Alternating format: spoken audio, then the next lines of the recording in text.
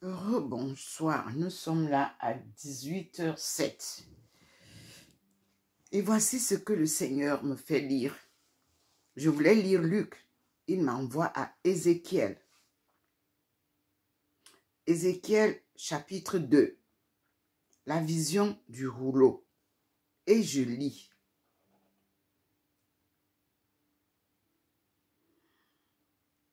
C'est la voix du Seigneur qui me parle. Et je lis ce que je vois. La vision du rouleau. À cette vue, je tombai la face contre terre.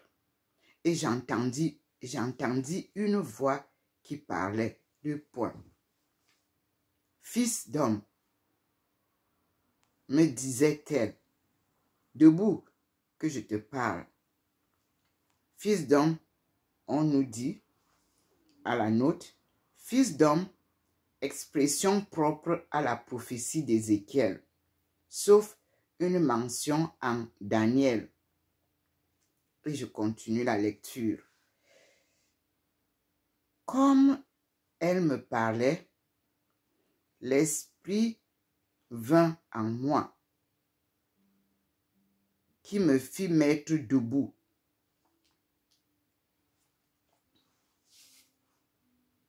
Parce que la voix lui a dit, fils d'homme, me disait-elle, debout, que je te parle. Et la suite, comme elle me parlait, l'esprit vint en moi, qui me fit mettre debout. Point virgule, et j'entendis celui qui me parlait. Verset 3. Nous sommes à Ézéchiel chapitre 2. Fils d'homme, me dit-il, je t'envoie vers les Israélites, vers cette nation de rebelles qui se sont révoltés contre moi, qui ont autant que leur père de péché contre moi jusqu'à ce jour. Point. Verset 4. C'est vers ces fils à la face dure et au cœur insensible que je t'envoie. Tu leur diras, oracle du Seigneur Yahvé. Verset 5. Qu'ils t'écoutent ou non, car c'est une engeance rétive, ils sauront qu'il y a un prophète au milieu d'eux. Verset 6. Quant à toi, fils d'homme, ne les crains pas, ne t'effraie point de leurs propos. Bien que tu sois au milieu de ronces et d'épines, et que tu habites parmi des scorpions, ne te laisse pas intimider par leurs propos, ni effrayer par leur attitude, car c'est une engeance rétive. Verset 7. Tu leur transmettras mes oracles, qu'ils t'écoutent ou non, car c'est une engeance rétive. Ézéchiel chapitre 2, verset 8. Je continue la lecture. Et toi, fils d'homme, écoute ce que je te dis. Ne sois pas rebelle comme cette engeance de révolté. Ouvre ta bouche et mange ce que je vais te donner. Point. Fermez les guillemets.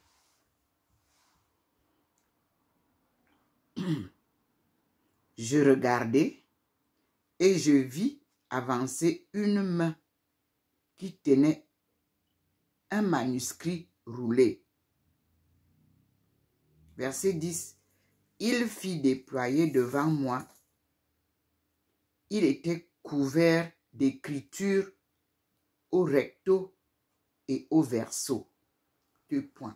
C'était des chants de deuil, des plaintes et des gémissements. On va voir, la note nous renvoie devant, c'était des chants de deuil. La note nous dit des chants de deuil. 2 points. Les prophéties d'Ézéchiel jusqu'au chapitre 24 ne sont que des annonces de malheur aux exilés de la première déportation. Je continue. Nous sommes maintenant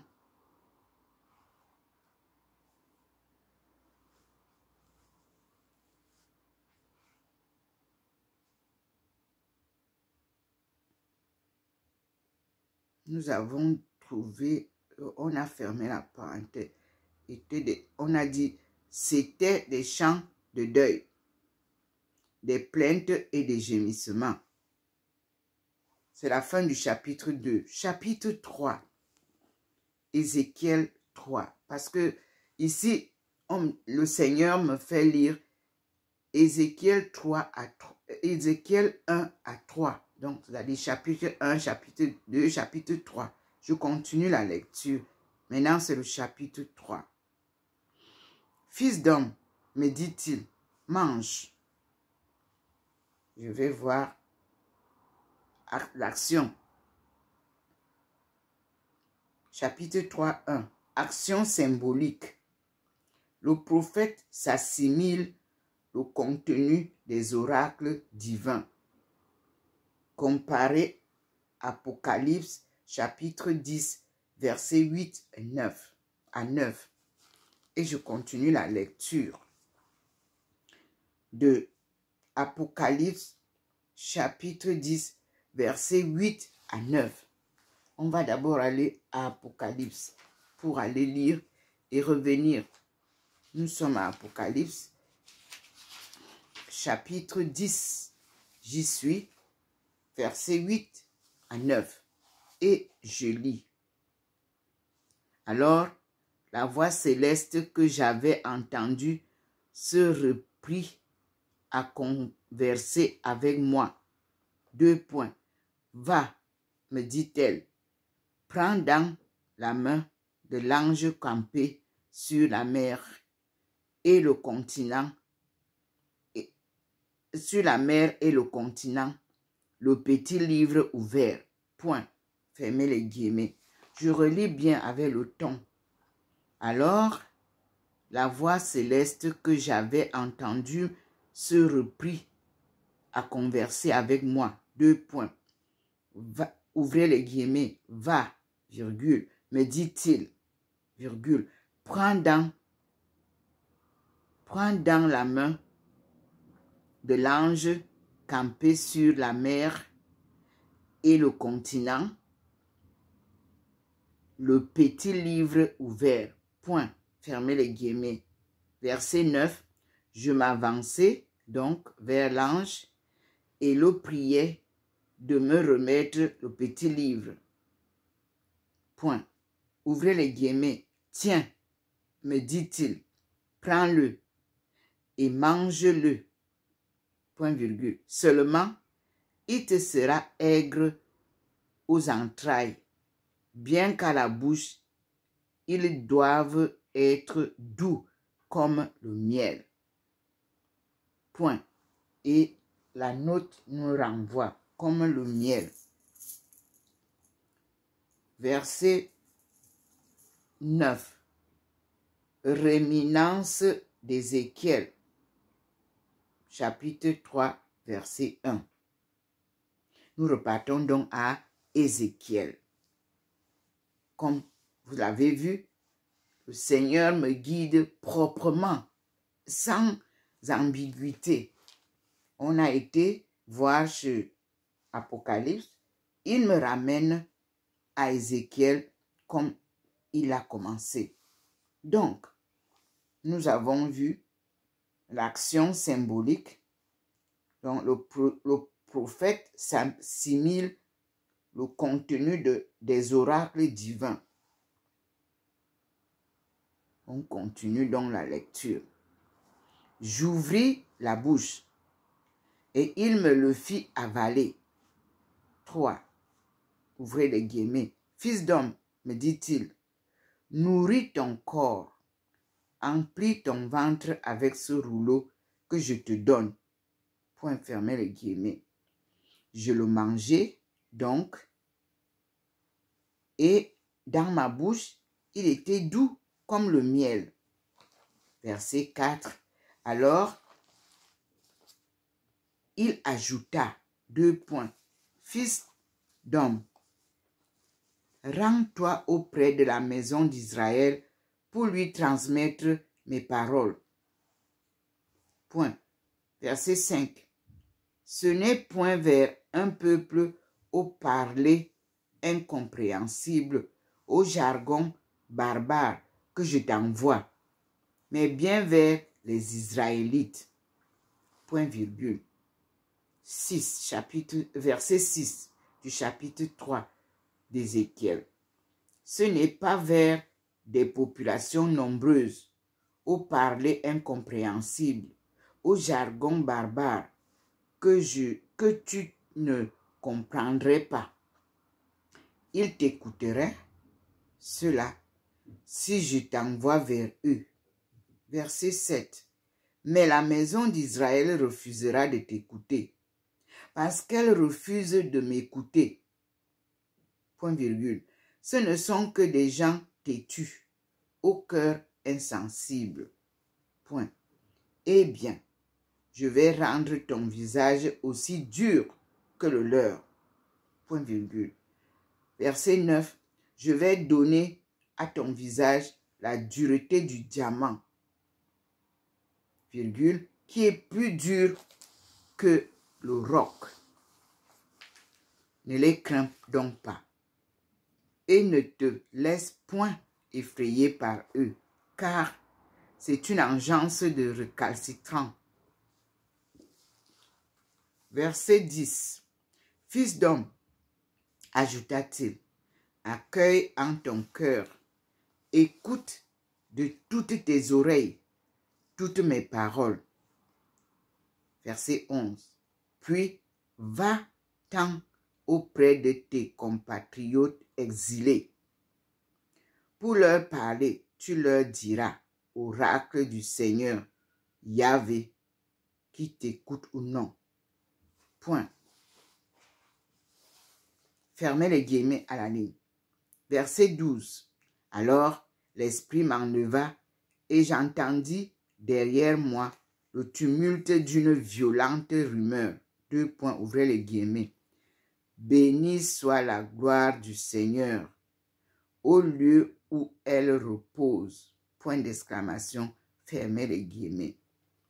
Verset 13. Ainsi que le bruit du battement d'ailes des êtres vivants et le bruit des roues à côté d'eux. Puissant fracas. Verset 14. L'esprit m'avait enlevé et m'emporta. Point. Je m'en allais, le cœur plein d'amertume et de fureur, tandis que la main du Seigneur pesait lourdement sur moi. Verset 15. J'arrivai à Tel Abib. J'arrivai à Tel Abib, auprès des déportés qui s'étaient installés sur les rives du Kobar. Et je restai là 7 jours, au milieu d'eux, dans la stupeur. Deuxième petit sous-titre. La mission du prophète. À partir du verset 16. Ézéchiel 3. Ézéchiel 3, à partir du verset 16. Au bout de ces 7 jours, la parole du Seigneur me fut adressée en ces termes. 2 points. Ouvrez les guillemets au verset 17. Fils d'homme, je t'établis sentinelle dans la maison d'Israël. Dès que tu entendras un oracle sortir de ma bouche, tu les mettras en garde de ma part. Point. Verset 18. Si je dis au méchant qu'il va mourir, et si tu ne l'avertis pas, que tu ne lui parles pas pour le mettre en garde contre sa conduite néfaste, de façon qu'il puisse vivre, il périra en raison de son péché. Mais c'est à toi que je demanderai compte de son sang. Verset 19. Mais si, virgule, dûment averti par toi, il ne se détourne pas de sa malice et de sa conduite perverse, virgule, il périra en raison de son péché, tandis que toi, tu sauveras ta vie. Point. Verset 20.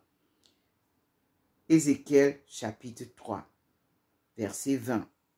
Et quand un juste délaissera sa justice pour faire le mal, je mettrai devant lui un piège.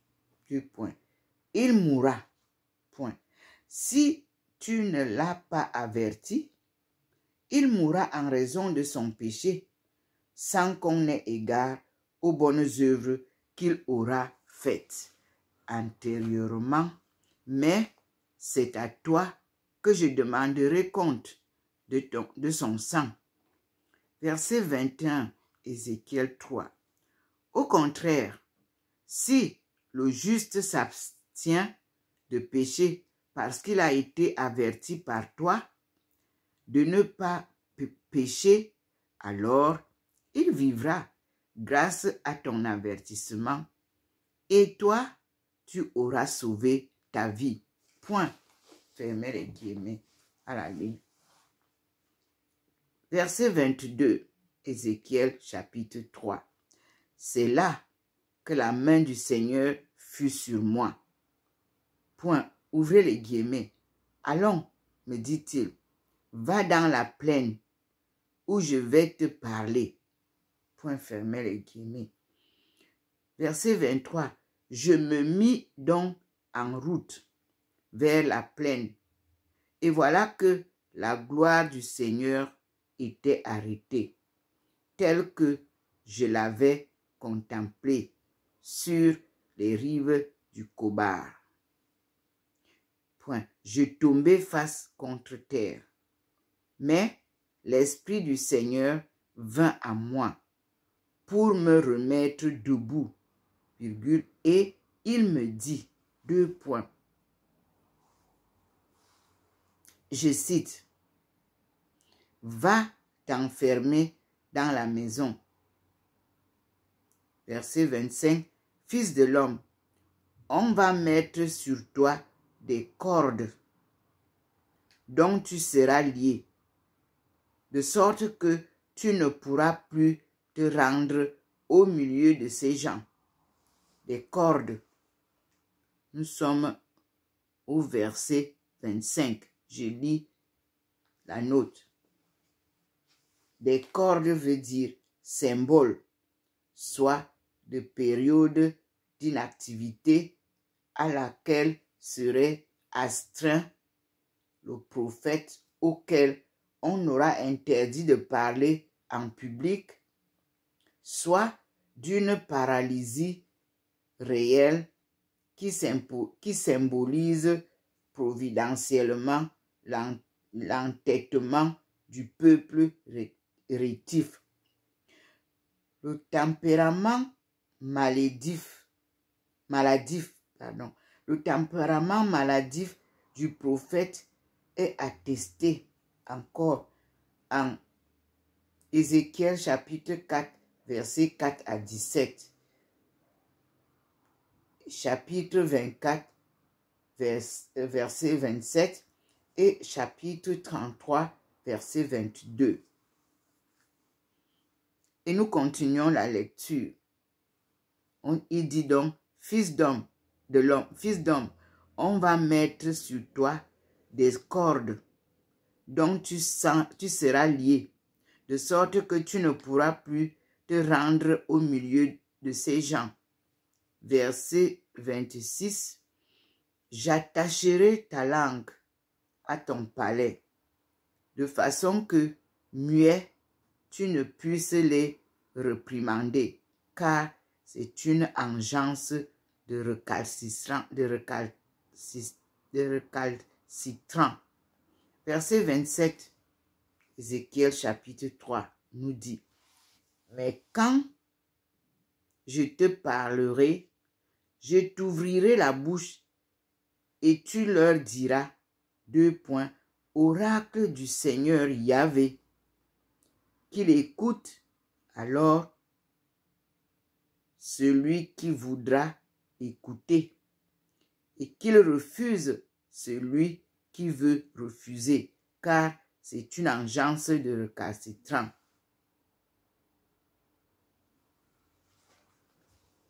Nous sommes là, nous avons lu du chapitre 1 au chapitre 3.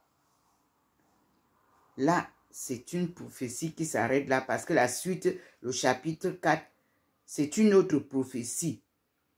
Et nous disons merci au Seigneur. Je ne ferai que ta volonté, Seigneur. Donne-moi la foi qu'il me faut et soutiens ma foi pour que je ne fasse que ta volonté. Rien que ta volonté et non la mienne, car tu es avec moi. Frères et sœurs, ici nous venons d'entendre Ézéchiel à qui Dieu a parlé.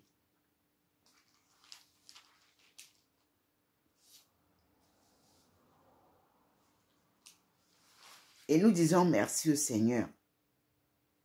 Il nous a donné ce qu'il avait à nous donner.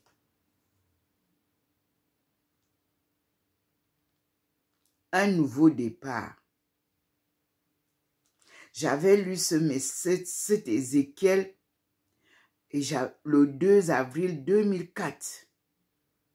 Le Seigneur m'a dit, ouvre ta Bible et lis à droite de la page.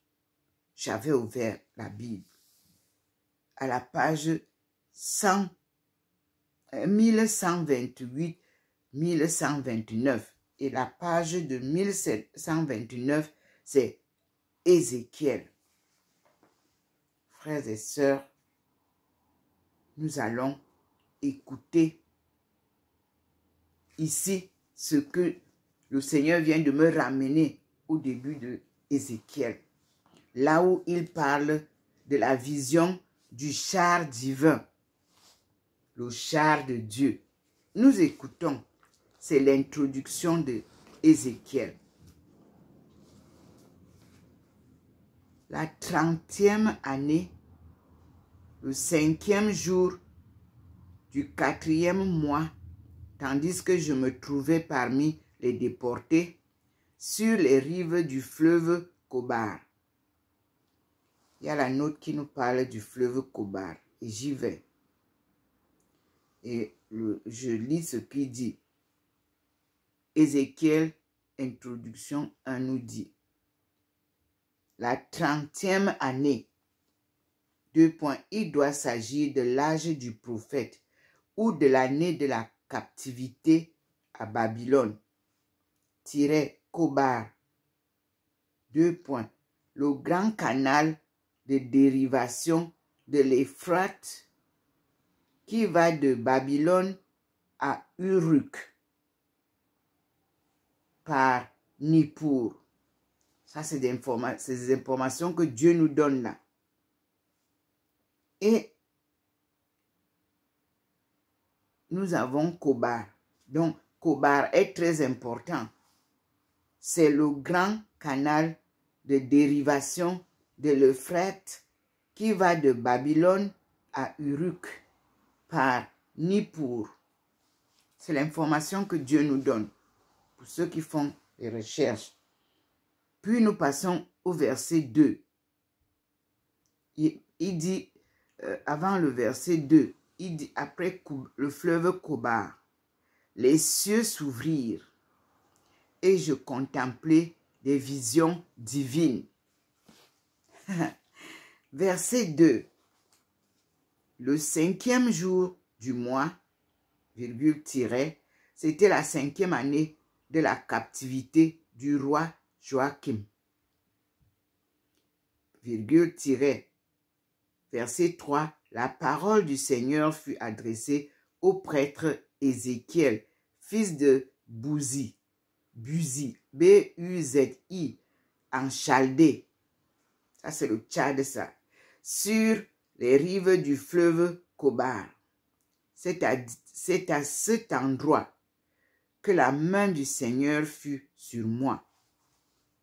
Il y a d'abord 5e année, il y a le Seigneur fut sur moi. On y va. C'est le verset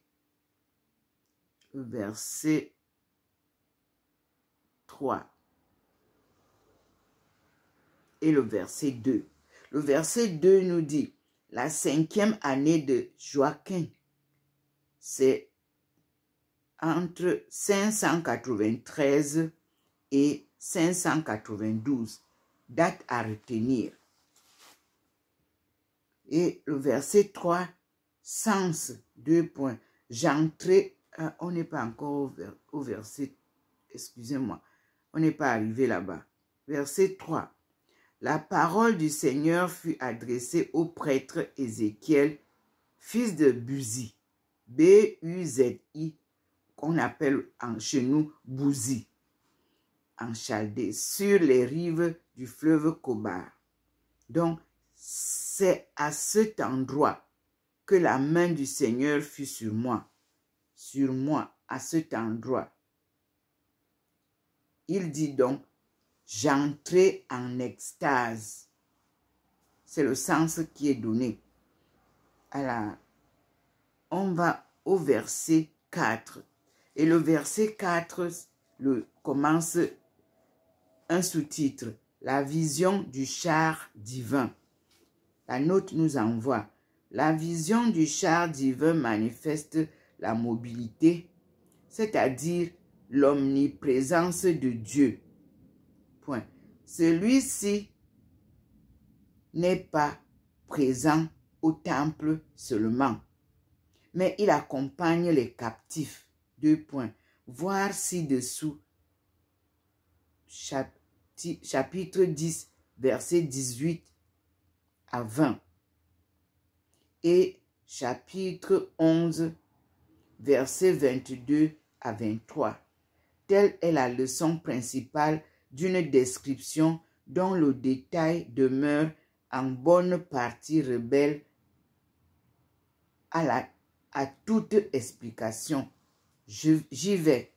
On lit d'abord Ézéchiel chapitre 10, verset 18 à 20.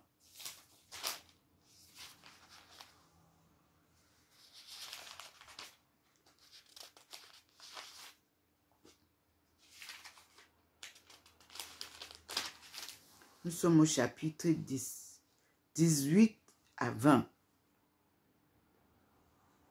Et je lis. La gloire du Seigneur quitta le seuil du temple et se posa sur les chérubins. Verset 19. Ceux-ci déployèrent leurs ailes et je les vis s'élever de terre avec les roues à côté d'eux pour partir. Ils s'arrêtèrent à l'entrée de la porte orientale du temple. Ils étaient surmontés par la gloire du Seigneur. C'étaient bien là les êtres vivants que j'avais vus sous Dieu, aux rives du Kobar. Et je reconnus les chérubins. Point. Nous repartons lire aussi l'autre citation, Ézéchiel chapitre 11, versets 22 à 23. Chapitre 11, versets 22, 23. Et je cite là, c'est « Départ définitif de la gloire du Seigneur ». Et je lis. Non, c'est pas ça. On a dit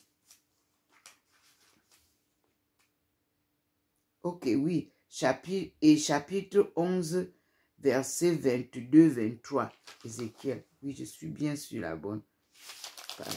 Ok. Départ définitif de la gloire du Seigneur.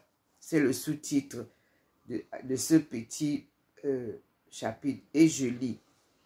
À ce moment, les chérubins déployèrent leurs ailes et les roues se mirent en mouvement avec eux, tandis que la gloire de Dieu reposait sur eux. Il faut enlever Israël. Là où il me dit d'enlever, j'enlève. Là où il laisse, je laisse. Donc ici, il dit, tandis que la gloire du Dieu, ils ont mis d'Israël, il dit non.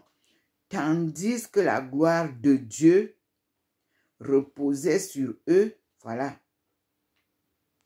Tandis que la gloire de Dieu, virgule, vous voyez, reposait sur eux, point. Regardez ce qu'on dit au verset 23. La gloire du Seigneur s'élevant alors de l'intérieur de la ville, alla s'arrêter sur la montagne qui est à l'orient de la cité. À l'orient, on me fait lire. À l'orient, 2 points. Le mont des Oliviers. C'est l'explication. Et je continue la lecture puisque on va de 22 à 23. C'est ça. C'est la fin. Maintenant, il m'amène à revenir en arrière. Nous avons lu jusqu'à 23, 22. Nous avons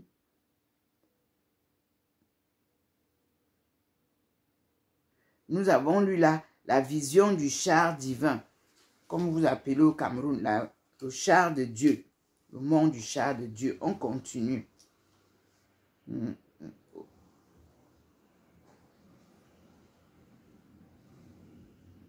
Donc, nous sommes... Bon, on a lu la note et la note suit.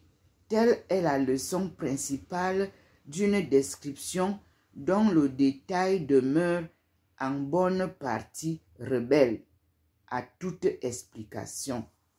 C'est la note qui vient de nous dire ça. Donc, nous repartons dans Ézéchiel qui nous parle au verset 4, qui dit « J'eus donc une vision du nord. » Il explique maintenant. « J'eus donc une vision du nord, 2 points. Du nord soufflait un vent impétueux, un gros nuage avec une gerbe de feu rayonnant, et du centre sortant du sein du feu, quelque chose qui avait l'éclat du vermeil. » Verset 5. Au centre, on distinguait l'image de 4 êtres qui paraissaient avoir une forme humaine. Verset 6. Chacun avait 4 visages. Chacun avait 4 visages. Chacun avait 4 ailes. Verset 7. Droite étaient leurs jambes, dont les sabots, semblables à des sabots de taureau, étincelaient comme du bronze poli. Verset 8. Sur leurs 4 côtés, des mains humaines sortaient de dessous leurs ailes. Tous les 4 avaient leur visage et leurs ailes. Verset 9. Leurs ailes se touchaient l'une l'autre. Quand ils se déplaçaient, ils ne se tournaient pas. Chacun marchait droit devant soi. Verset 10. Quant à l'aspect de leur visage, ils avaient tous 4 tous quatre un visage humain. Par devant, virgule, tous quatre une face de lion. À droite, virgule, toutes quatre une face de taureau. À gauche, virgule, et toutes quatre une face d'aigle. Point. Verset 11. Voilà pour leurs faces. Leurs ailes étaient déployées vers le haut. Chacun d'eux avait deux ailes, touchant celles des autres, et deux qui lui couvraient le corps. Verset 12. Ils allaient chacun droit devant soi. Ils allaient du côté où les faisait aller l'esprit. Point virgule. Ils ne se tournaient pas en avançant. Verset 13. Au milieu de ces êtres, il y a un point qui nous envoie au milieu de ces êtres. Verset 13. Au milieu, deux points, d'après le texte grec, plus intelligible. Donc, on revient. Verset, on a dit au milieu de ces êtres, virgule, on apercevait quelque chose comme des braises incandescentes, comme des torches circulant entre eux. Et de ce feu qui projetait un éclat éblouissant, jaillissaient des éclairs. Verset 14. Les êtres zigzaguaient, pareils à la foudre. Verset 15. Or, tandis que je contemplais ces êtres vivants, je vis à terre, à côté de chacun des quatre, une roue. La note nous envoie la roue. Une roue.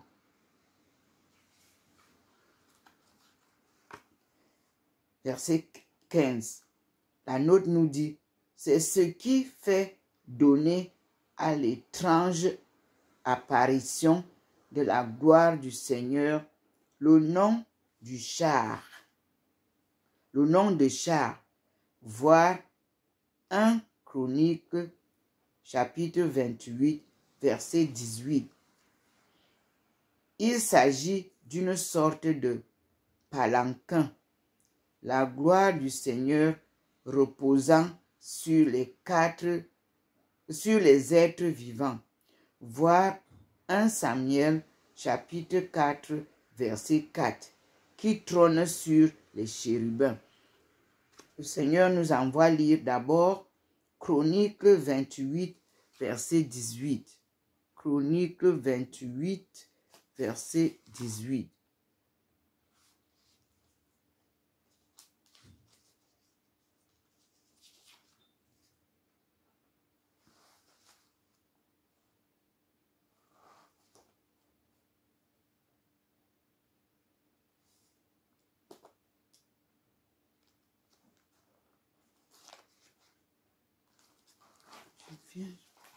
Voilà,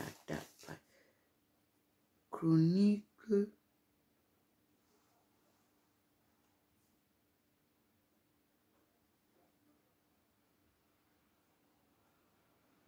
Livre de Chronique 414. Donc, il nous envoie lire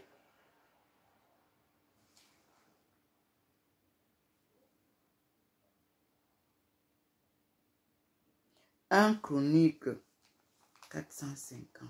Combien? Un Chronique.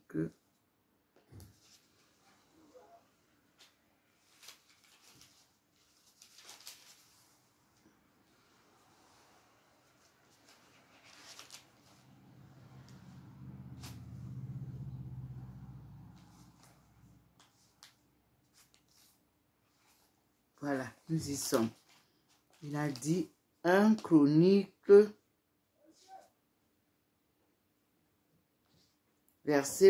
chapitre 28, verset 18. Un Chronique, nous y sommes, chapitre 28, 18.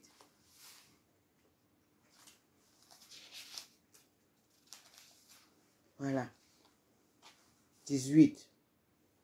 De l'autel des parfums en or avec le poids, le modèle du char, virgule, des chérubins d'or qui étendent leurs ailes pour couvrir l'arche de l'alliance du Seigneur. C'est ce qui m'est dit donné. Puis, nous voyons avec 1 Samuel chapitre 4. 1 Samuel chapitre 4.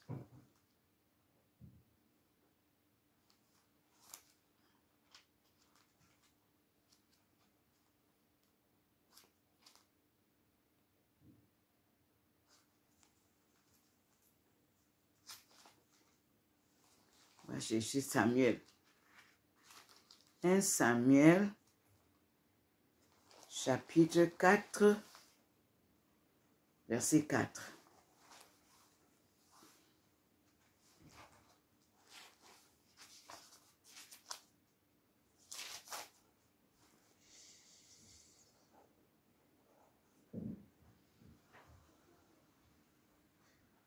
Nous y sommes là, on n'était même pas loin. 114.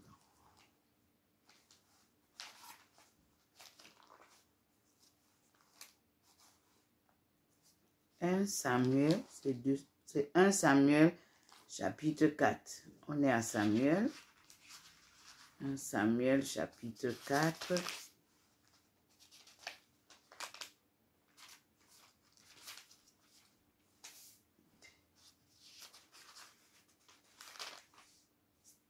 Et nous y sommes. Chapitre 4, verset 4. Le titre, c'est « Victoire des Philistins et prise de l'arche ».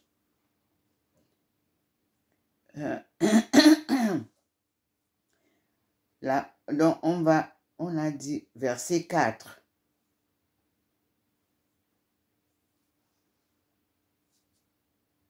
Et je cite, « Le peuple envoya chercher à Silo l'arche de l'alliance du Seigneur des armées qui siège sur les chérubins. Les deux fils d'Élie, Ophni et Phinehas, accompagnaient l'arche de l'alliance de Dieu. » Merci Seigneur. On est très bien guidé. On continue la lecture d'Ézéchiel.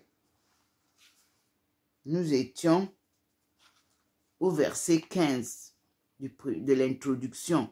Verset 15. Donc, on a dit que, or, tandis que je contemplais ces êtres vivants, je vis à terre, à côté de chacun des quatre, une roue.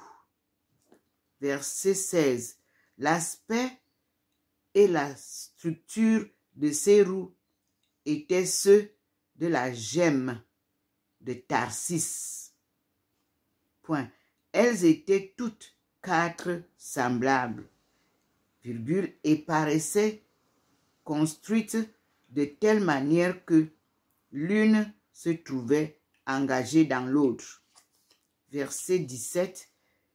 Elles pouvaient se déplacer dans quatre directions sans se retourner dans leur mouvement.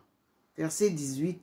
Leurs jantes étaient d'une hauteur terrifiante, garnies de Dieu les yeux sur toute la circonférence. Point. Verset 19. Quand les êtres vivants se déplaçaient ou s'élevaient de terre, les roues se déplaçaient et s'élevaient avec eux. Verset 20. Là où les poussait l'esprit, ils allaient, et les roues s'élevaient avec eux, car l'esprit de l'être vivant animait aussi, entre crochets. les roues. Verset 21. Quand ils avançaient, elles avançaient. Quand ils s'arrêtaient, elles s'arrêtaient. Point virgule. S'élevaient-ils de terre? Les roues également s'élevaient. Car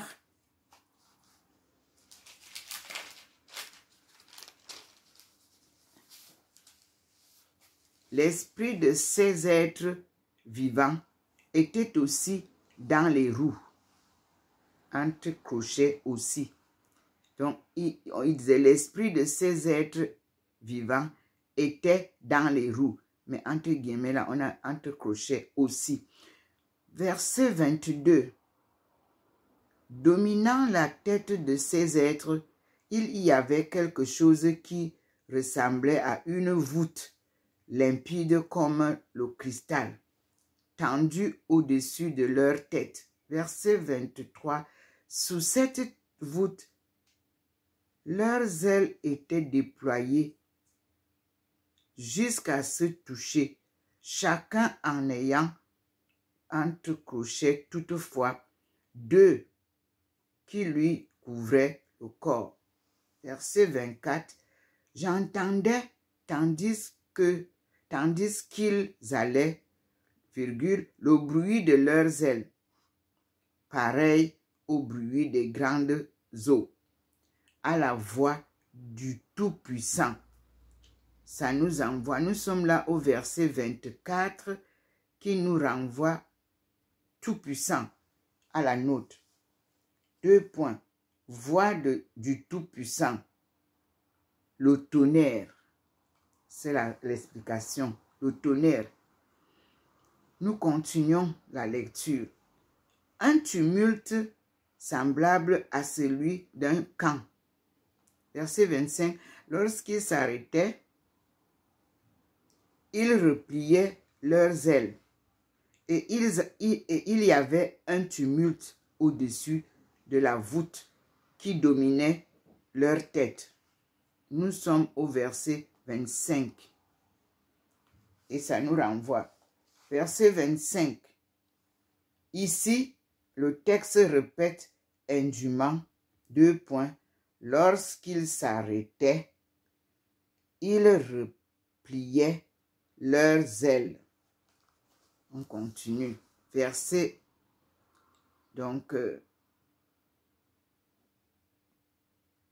verset 26. Au-dessus de cette voûte, il y avait, semblable à une pierre de saphir, une sorte de trône. Et tout en haut de cette sorte de trône, une apparence d'homme. Verset 27.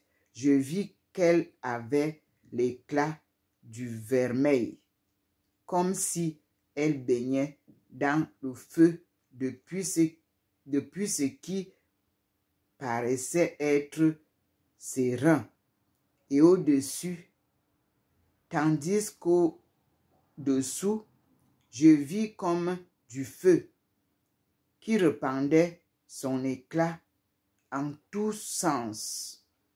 Verset 28. Tel l'arc qui apparaît dans la nuée en un jour de pluie, telle était la splendeur qui l'environnait. Cette vision, c'était l'image de la gloire du Seigneur. Et ça rejoint le deuxième chapitre qui est la vision du rouleau. Merci Seigneur. Nous avons donc là un enseignement limpide, clair. Je n'ai jamais appris à lire la Bible et le Seigneur a décidé de m'enseigner. Comment lire la Bible? La Bible ne devrait pas avoir avec tout le mélange là. Non. Le Seigneur veut m'apprendre à lire la parole de Dieu, la parole de Jésus et de la sainteté. La Trinité sainte qui est représentée chez moi ici prouve donc que c'est ces trois éléments à partir desquels je découvrirai la vérité que Jésus-Christ est venu enseigner au peuple de Dieu. La parole et la connaissance de Dieu. Gnostique. Mystère. Merci Seigneur. Vous voyez donc, nous sommes là. Si vous observez au fond, là-bas, la lumière donne à l'entrée de la chambre. Vous voyez au fond, la même lumière est de ce côté. Et me voici assise dans mon salon. Un mystère de la maison que le Seigneur a choisi pour s'y manifester. Gloire à Dieu. Et merci à notre frère Jésus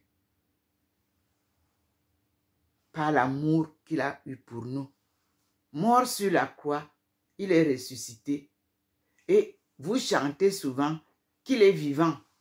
Alors, il vous le prouve et vous le présente chez sa servante, Ndomomelingi Thérèse, ce Dieu tout-puissant, fait homme pour nous enseigner la bonne nouvelle. Merci Seigneur. Qui suis-je pour mériter ça? Mais c'est le choix de Dieu. Pour sa gloire. Son œuvre est l'œuvre qui viendra nous sortir de l'ignorance de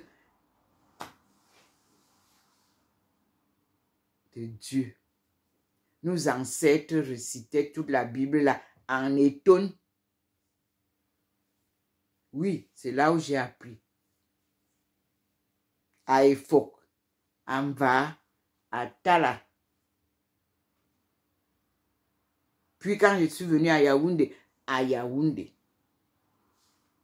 Et là, c'était Jean Zoua, qui était prêtre à l'école Sacré-Cœur de Mokolo, avant de devenir le premier évêque. Je chemine donc avec mon Dieu.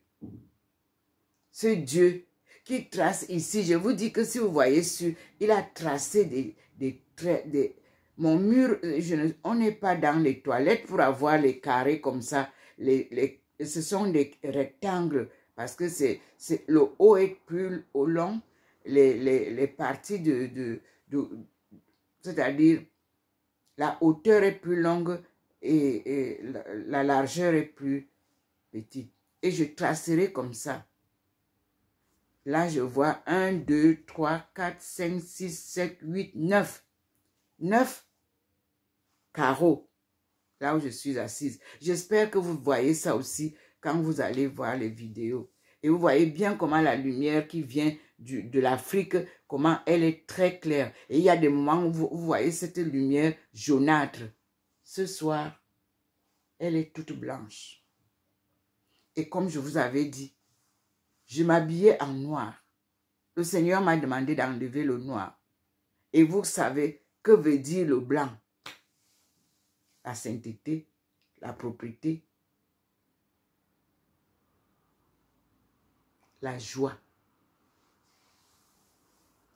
Merci Seigneur. Voilà les bénédictions qui commencent à verser au-dessus de moi. Vous-même observez.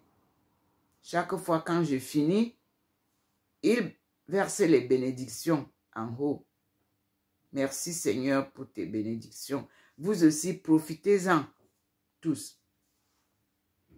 Puis, je demande à Facebook de protéger nos sites. Il y a encore des gens qui viennent là via messager. Ils prennent les noms des personnes qui me connaissent. Ils viennent se montrer là comme ces personnes-là. Mais sachez que je ne suis pas une personne comme vous. Le Seigneur guide ma vie. À Dieu la gloire pour les siècles et des siècles. Amen. En ce 2 juin 2024, nous sommes dans la joie à travers notre lecture de la parole de Dieu, guidée par Jésus-Christ lui-même et Dieu. Je ne connais pas lire la Bible. On ne nous a pas appris à lire. Mais vous voyez, c'est la lumière divine qui me conduit. Et là où j'ouvre, vous-même prenez ce qu'il y a. Et maintenant, je vais aller appeler mes frères de Pasadena, en Californie, au nom de Herbert W. Armstrong, qui m'a été révélé pour que je puisse mieux partager en l'écoutant sa radio. Et j'ai vu, il m'a donné la semaine dernière de chercher The Plain Truth Magazine. Et je vous lis son portrait pour que vous compreniez. Herbert W. Armstrong. Voici un de ses livres. J'en ai comme ça que je recevais de ceux qui sont à Londres. Voici ce que le Seigneur a décidé de m'enseigner. The Proof of the Bible. Lui, il en a parlé. Je n'ai pas encore expérimenté son dire et sa lecture. Mais je vous lis ici l'introduction de qui est Herbert W. Armstrong. Je suis déjà en contact avec eux. J'ai d'abord laissé que le Seigneur me guide, qu'il me confirme que c'est lui qui veut que je les contacte. Et je lis qui était Herbert Armstrong. Mais c'est en anglais. Herbert W. Armstrong, recognized as respected by leaders in government, industry, and education around the world, is Pastor General of the Worldwide Church of God. Mais lui m'a dit de dire que lui, il est pasteur de Church of God. Tout court. Nous allons voir. He is the editor-in-chief of the Plain Truth Magazine. C'est ce qui m'a révélé là. Plain Truth Magazine, which he founded in 1934. In 1947, Mr. Armstrong founded Ambassador College, now with 2 campuses in Pasadena, California, and Big Sandy, Texas.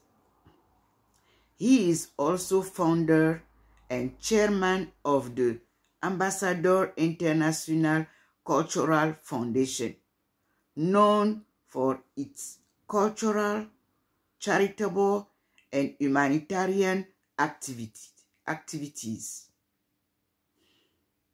Herbert W. Armstrong has visited more than 70 countries, proclaiming the gospel of the kingdom of God, and he has been highly honored by heads of state in such critical and diverse areas as Japan, India, Black and South Africa, China, Israel, and Egypt.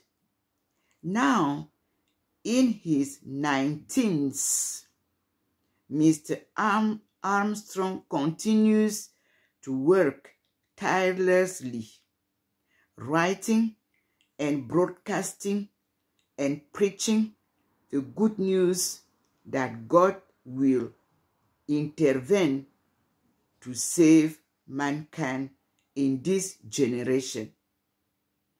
He is also the author of the book entitled The Wonderful World Tomorrow, What It Will Be Like.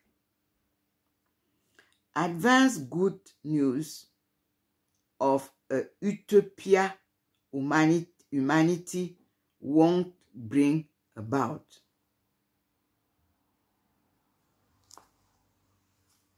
And here there is an important book, The Missing Dimension in Sex. It is his book. And all of us, we know what happened in sex business, in sex issue. I didn't know that some woman was changed to man, or some man were changed to woman. It is when I started getting all these revelations. Then also the activities started on YouTube, Facebook, and then I discovered that it is true that most of they said most of the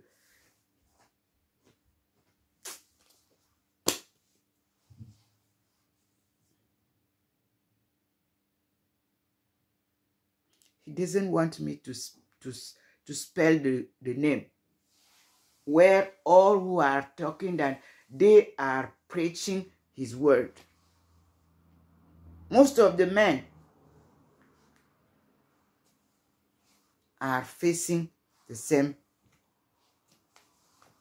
issue. The missing dimension in sex. So the Lord shows us that he was married. Jesus Christ. He never said that if you want to serve me, you have to be alone. No. So he is coming to show us that he was married and he has children. I just transfer what he's telling me to you, my people, to you, his people, to the world. Everything is in the Bible, not somewhere else. In French Bible, in English Bible, you will find it. If they have changed your Bibles, the Lord choose 2 Bibles, printed in French and in English. King James Version. In French, it is the translation of the same King James Version. It is time to say thanksgiving to our Lord. Confusion around the world is too much. Money, money, money. In the Bible, he's saying that you cannot serve God and money, or God cannot allow his honor to be dismissed, because money, riches. And he is saying that he doesn't live in any churches that you are building. The Lord Almighty God is not there. You are doing your business, he cannot come there. Lord, I'm saying everything that you are telling me. Brothers and sisters, let us listen to our Lord Jesus Christ gospel in the Bible. From now on, those who want to learn how to read Bible, listen to what God is teaching us. Each passage where Jesus spoke, where God spoke to the prophets, you will find it in the Bible, in the Torah, which means the Old Testament. That's why they have been teaching you only the New Testament, which takes some books from the Old Testament.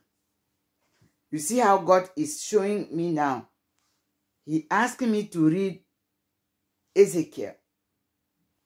When I'm reading Ezekiel, he's sending me to go and read Luke. And we will find that what it is in Luke, it is what it is in Torah, the Old Testament. God is God. Thank you, Lord. All of you around the world, have a nice night. For those who are going to sleep, and those who are waking now, have a nice day. God bless all of you. Amen. I'm Dr. Ndumo Melingi Therese. Aisha is my Chinese name. Not first name. It is my Chinese name, which means, as Daniel, when you go to the old kingdom, they will give you a name if they like you.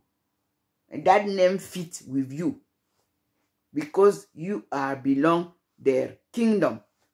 And my name is Aisha. In English, A, African, I, international, S, societies, H, home, and A, abroad. Therefore, our people who were scattered around the world, God decided that he will bring all of them together and we go back home together. My dreams come true. Thank you, Lord.